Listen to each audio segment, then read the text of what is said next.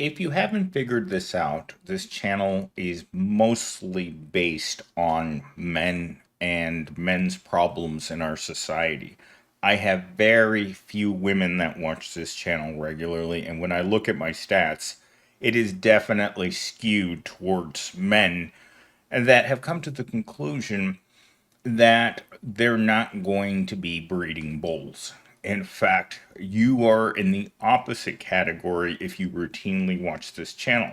Because as a dystopian entertainment channel, I talk a lot about Johnny Sixpack and Susie Rottencrotch, which are the generic characters that form the proletariat. Therefore, most of my content wrote for men that are broke, and most men that are broke aren't seeing much of the old pink taco. And I think it's very relatable because right now, my Gen Z has been one of the most honestly depressing people I have met probably in my entire life. In fact, sometimes while I'm talking to him and he says something, I gasp because it is so relatable to most men in our society that have been low wage earners their entire lives. Women aren't attracted to them, and there's nothing that they can do about it. He has no skills whatsoever. Today, he admitted to me that even in the job interview, he admitted to the recruiter that was hiring that he had no idea how to do most of this job. But guess what? Nearly all of the people whose resumes I looked at, all they had in their background was retail or gig work. So you don't have much choice at the bottom. When you're going to pick your loser, you're going to pick one that has sufficient desperation to stick around for a little while. But beyond that, these aren't going to be society's winners. I am never going to get a winner to work for me. And so so is my employer. They're not looking for winners. They're looking for people who they can pay practically nothing and hope that they'll stay on for at least 6 months. Most don't last that long, though. Once they come to the conclusion that there's no Susie here, there's no cash here, the benefits suck, and I'm stressed out financially while working 40 hours a week, there's a reason why this topic came up in the comments. This topic keeps coming up over and over and over again on this channel. It's like, why are men not trying anymore? Well, what are they trying for? So they can live in some dank apartment full of roaches and a place that's considered loserville? I mean, this place is one step away from being a trailer park. That's the people who can afford to work here. No one that lives in this apartment complex wants to live here. But by that same thought pattern, the people that live here have no choice. We've been priced out of everything good. There's not a single person in this apartment complex who can afford a home or a nice car. Most of the cars in the parking lot are straight up Promobiles. There's so many broken down, beaten up, dirty vehicles out there that I don't know what happened last summer, but we had a surge of luxury vehicles. And as soon as those people realized that this wasn't a luxury area, they were out of here. It was a kind of like if you have a peaks and valleys on a chart, it hit a peak. And then suddenly everyone that was out there suddenly left.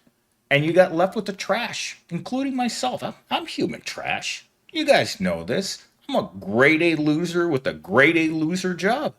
And is it ever going to change? No. It is never going to change. In fact, someone at work today said to me, Millennial Steam, you're looking for another job, right? And I said to her, yes, but there's nothing out there that pays more than I already make. No one wants to pay anything. And that's why you have entire generations of men that are not going to procreate, that are going to be 40 and 50-year-old virgins living at home. And I know one personally because I have to talk to him all the time. And it's not like they're comfortable in this situation.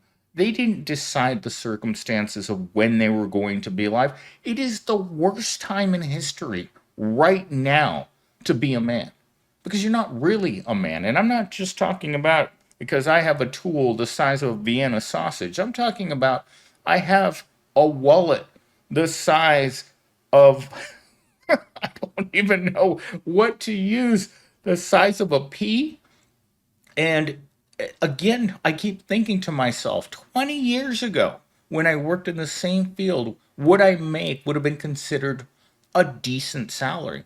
But for today, 20 years later, paying the same amount that you were paying in the year 2000, that's how bad wages have gotten, and the lack of opportunity for men to increase their quality of life. Because right now, the quality of life is so deplorable, so disgusting, that we have $9 bologna sitting at Kroger's, and no sucker's going to buy it. You've noticed more and more items in the grocery store that just aren't selling. Why? Because they're overpriced. And when the minimum wage in Arizona is $14.35, Kroger's wants $9 for their bologna. Are you telling me that this is compatible? I went to go get 3 tacos today from a new place called the Taco Spot. I mean, if you've never heard of this place, it just opened up across the street from Arby's. And the Taco Spot is a very strange restaurant. Like, I went to one in Mesa years ago, maybe a year and a half ago, maybe longer than that. And I didn't understand the decor. It's a restaurant full of packets of ramen. And as a twist to that, it's a Mexican restaurant too. They had Naruto playing up on the big screen when I walked in, and the quality and the price and the quantity wasn't worth it. I will never go back there again. Anyhow, let's get into today's main talking points. I do have 4, and of course, this was a request. I did have a video like this on my old channel, but since I don't have a video like this on this channel, and I believe this is video number 70 on the new channel. So let's look at talking point number 1. So the social stigma of unmasculine jobs. Society often devalues jobs in fields like teaching, caregiving, and customer service when men take them on. So my school where I work is 99% ladies. And these aren't the ladies that are the pick of the litter, folks. These are not the women. These are, I'm going to say, mostly single mothers who realized that they were going to end up working in retail for the rest of their lives and decided, you know what? I'm going to pick myself up off the ground. I'm going to get out of the fetal position, and I'm going to try. Sometimes it works. I would say most of the time it doesn't. Sometimes it's just a lateral move to something that's not an Amazon warehouse. But for the most part, they're not going to get rich. They're just tired of working in a grocery store, working in food service, working at the bottom. Remember, the $15 to $20 bracket. They're not getting out of it because most of the proletariat will never escape the $15 to $20 bracket, because that's what the proletariat is. It is $15 to $20 regardless of where you aim or where you want to be. And it's, again, if you're a loser out there, like myself, it's not your fault. There's definitely a advantage to having money and coming from money. So when men enter the job market and they realize that there's no money for them, what do you think happens? I believe it's 1 in 3 working age men right now isn't working. And out of those, even less have careers. And by that, I mean an actual job that has a path. In fact, today Gen Z said something so hilarious to me that I had to laugh at him, because he said to me, it's like, I'm hoping to work here long enough so that I'll get transferred to another department. And I looked at him like, where do you think you're going to go? And he's like, well, to another part of this company. And I'm like, where do you think you're going to go? And he's like, well, there's got to be something else. I'm like, no, everyone you work with right now is in a dead end job, and they have been. I've worked with the same people technically for more than 3 years now.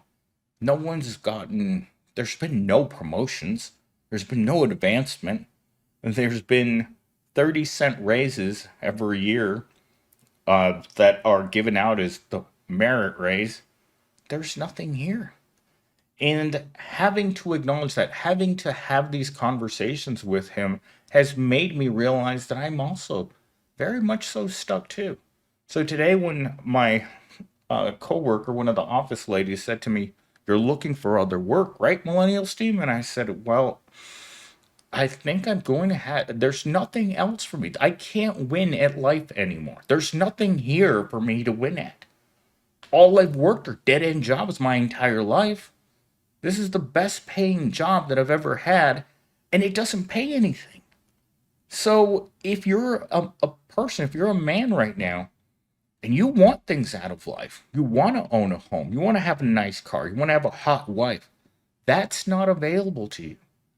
And especially if you're a lower tier individual, if you're part of the proletariat right now, it doesn't look good for you. The future doesn't look good for you. Your past employment clearly shows that you're never going to amount to anything. And if there's one thing that women don't like, it's men who lack ambition. I've actually been told that to my face by a woman.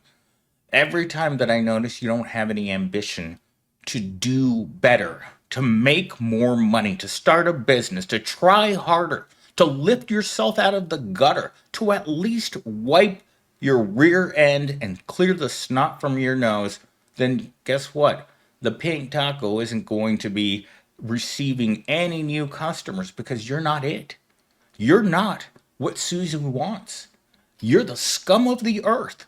And that's where you're going to stay because there's no path forward.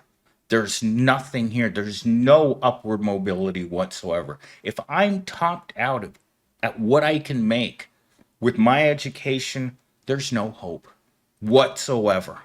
And if you're going to sit there and tell me you're just being negative, look at your past. Look at the proletariat right now. Look at all these men who've just decided, you know what? I'm not even going to try. I'm not going to get training. I'm not going to go to school. I'm not going to work. I'm just going to lay down and pretend that I'm okay. But the reality is you're not okay. And this society has a mental health crisis among young men and even older men because they don't know what to do. You can't go to trade school to work your way out of this. You can't go to a university to work your way out of this. You look at your family members that are all completely and totally poor and don't know what they're doing either. Because if your family members knew what they were doing, you wouldn't be in the bind that you're in right now. You would know exactly what to do. And this is something I tell people all the time. People who know don't need to be told what to do. You're in a crap job? That's why I'm here. I'm telling you how screwed you are because your family never had the chance to tell you, "Sorry, Johnny, you're a loser. You were born a loser, you will end a loser, and you will live your entire life as a loser. You are our society's most unwanted people." No one ever told you while you were growing up that life was going to suck this bad. And you've had to endure it. Living in the worst places, driving the ugliest piece of crap cars, and being in a situation that doesn't improve in any conceivable way and will never improve for you because it's not designed for it to improve. You're supposed to stay stuck your whole life because that's the only way that wealth stays at the top. As long as no one else can come up there and take it away from you. Sorry guys, work is actually calling me half an hour after I clocked out. But I'll call them back once I'm done. All right. Rant over. Let's move on to talking point number 2 because my rant has eaten up 75% of my time. All right, masculinity and work.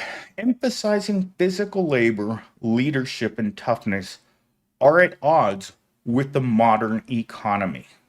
There is nothing more humiliating than being told that the job that you're doing right now is for a teenage girl in high school. And I heard that over and over and over again when I worked at Kroger's. There wasn't, I don't think a week went by when someone wouldn't walk up to me and it's like, sir, you're too old to work here. You're too angry and you shouldn't be here. And I'm like, do you think I want to be at this job? Do you think I wanted to work in food, retail, and warehouse my whole life? These aren't jobs that we choose. They're the jobs that are available. And people will make fun of you for taking these jobs because men don't take loser jobs. Losers take loser jobs. And once you're labeled as a loser, say goodbye to ever using your little twig and figs, because the more of a loser you are, the less likely you are to be successful at any of the things that you wanted to do with your life. You wanted to start a family? Nope. Wanted to start a business? You don't know how. You don't know what you're doing. You don't have capital for it. You don't have other people around you who are business owners. Remember, the proletariat is stuck where it is because everyone will not stand up for themselves, have given up on creating a better society, and are unwilling to finally say no. Because we need a national day where no one works. That's the only way to send the message to the corporate overlords. Thus, the sooner we stop working, the sooner they're going to be like, well, if the slaves won't work, what should we do? There's no other thing other than coming to our houses, forcing us out of our houses at the end of a pointy stick and forcing us back into jobs we don't like. That's the only way. Because aside from that, and I've said this on many times throughout my entire channel, throughout the entire, at least last 10 years, I've said this. It's like we're going to get to a point where you're going to have a posse that roams the city looking for men who aren't working. And every man that's not working, that's of working age, they're going to throw a lasso around you, bring you back to a job, and they're going to force you to work for next to nothing. I think I think we already have that. It's called the prison labor, where you decide that you're not going to participate and you decide to seek an alternative career, and now you find yourself in prison working for what they really want to pay you. I've said this before, but every time you read the label on a product and it says made in America, it probably means made by prison labor. Because all the jobs that used to mean anything, that paid anything, that were any good, that were worth doing, have all left this country and will never come back. Now there's so few good jobs that you can ask the AI where the good jobs are, and it can't tell you. Because those jobs are reserved for the 1%. What's left over, all the fast food, all the crap jobs, everything that's left over, anything that touches food. Remember, if you touch food for a living, the likelihood that you're going to have a good outcome to your life is next to zero. The highest rate of grade A losers in this world is anyone that touches food for their main job. And I saw when I was looking for the worst jobs in America, I think I did this video about a year ago. If you look at the top 10 jobs, they're all food related because there's no money in it. There's no future in it. Unless you're going to become a 5-star chef somewhere at the bottom, at the proletariat level, you're done for. You're toast. And most of us have to work in those jobs because guess what? They're always hiring. Why? Because they can't keep anyone there. And you ask yourself, why have men given up? What do they have to look forward to on an average day? Not a beep, beep thing. All we do is we sit at home, we just beat it to the hub, and then at the end of the night, we crawl into substance or alcohol or pro ball, whatever is your soma, whatever's your medicine at night to deal with. That's what you do. Because there is no hope. We all know that. We look around and see. I mean, we're surrounded by by the proletariat. In a sense, we're surrounded by other losers. And if these people had ways of escaping, they wouldn't be here with us. They'd be somewhere else. They'd be living in their mansion, in their gated communities on the far edge of the city. No one wants to live in this area of the city where I live, at least not in this housing. Maybe in the mansions that are about a mile down the street that people have knocked down the existing house because it's a piece of crap and then built an enormous house on it, just like the place that's over by the lake. Someone just knocked down that house, cleared the lot, and then made themselves a three-story house. That's way nicer than anything in that area, and it stands out. That's the thing about the proletariat. None of the proletariat stands out from one another. In fact, someone was made a comment today that I find it hard to believe that that you're a one on a scale from 1 to 10. And I wrote back in that comment, I just got back from the gym. The gym is full of people that are so unattractive that all the working out in the world, they could spend 24 hours a day working out and they're never going to improve beyond a 1. That's me. And because of that, because of everything that I've just talked about, what's the point? What's the point of getting out of bed every morning? What's the point of going to your loser job? What's the point of waiting for your paycheck only to be disappointed and know it will never pay your bills? It will never cause you to be comfortable, and it will always be a thorn in your side. Life isn't fair, but life has progressively gotten much worse in the last 10 years. And the pandemic just pointed out the simple fact. If you're essential, you're disposable. The entire proletariat is disposable. If the proletariat stood up for itself right now, they would find a way of dumping it in the ocean and making robots. In fact, I had that nightmare last night that they were replacing people with human-like robots. And I couldn't believe at the detail that these robots had, especially the lady robots. I'm not going to say whether Millennial Steam Park took in his dream, but let's not leave it out of the realm of possibility. But I was fascinated with the way that they created it. Anyhow, I gotta go because I gotta call my work back because I don't know why they're calling me so late unless something is terribly broken and I have to drive back to work. But with that said, I'll catch you guys in the next video. I hope you had a great day. And remember, this channel's supposed to be funny. Dystopian entertainment, not just dystopian scare the bejeebers out of you. If you've crapped your pants already listening to me, well, guess what? You're going to crap them tomorrow morning too when you realize that you have to get up and go back to work.